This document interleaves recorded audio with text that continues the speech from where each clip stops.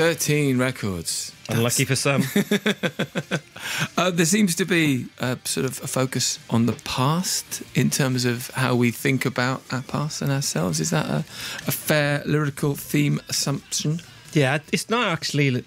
It's definitely not nostalgia. It is just... it is about loss rather than... It's not like a kind of winsome ode to the 90s. It's not a Werther's original advert. No, it's not at all.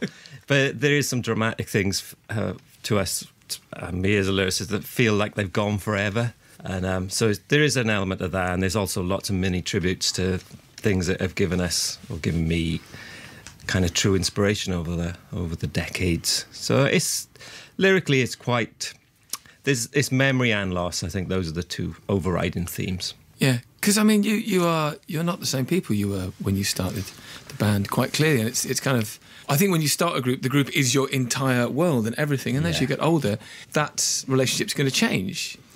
I think, yeah. I mean, I think it's really strange. Obviously, you start being very obsessive and quite militant kind of thing, but not just about what you believe, but how you actually live within the band or how you run the band. And then, of course, you get a life. You know, people get families, blah, blah, blah, blah, blah. But you kind of come out the other side of it, realising that perhaps the hardest thing about being in a band is that you still try to do things the same way you did on the first record. You still have the same intensity. You still have kind of the same overarching ambitions, but perhaps they're misplaced because, you know, you are older, you have got a family. And I think that can either be quite damaging for you or it can be healthy for the band. I'm not quite sure which, really. So I think there's a mid-period where you actually feel as if you've changed, but you come out the other side realising you're quite essentially the same, really.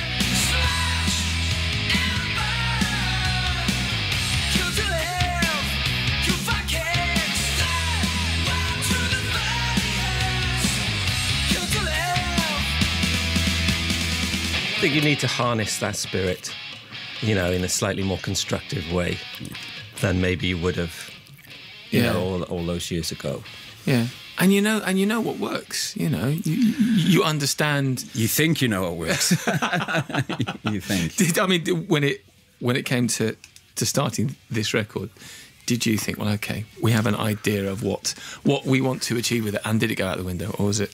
Did you realise your ambitions quite efficiently? No, I mean, usually, especially the last two albums with Futurology and Rewind the Film, they were kind of high-concept records. Very different. Yeah, and it was very much me saying, you know, laying down the Stalinist line that one has to be European futurism and the other one has to be acoustic and beautiful and confessional. But with this album, I would say there is a kind of fractured uncertainty of approaching 50 that has kind of built into the album. You know, we lost our studio, so we had to move studio, build a new place, build a new studio. You know, just approaching that time. Everyone's got children at different ages. James has got really young ones. Me and Sean's are getting older. You know, everything is, you know, it's just not that level of, right, we're going to Ireland for 4 weeks to record an album. Screw everyone, we're off. Exactly. So I think there is you know, I feel I would love to be as certain and kind of heroic as I was when I was 22, thinking the world was there for the taking. But I honestly can say I just don't feel like that anymore. You know, I do feel much more uncertain, apart from when the three of us get together and give each other goosebumps. You know, that is the one grain of certainty left of being in a band.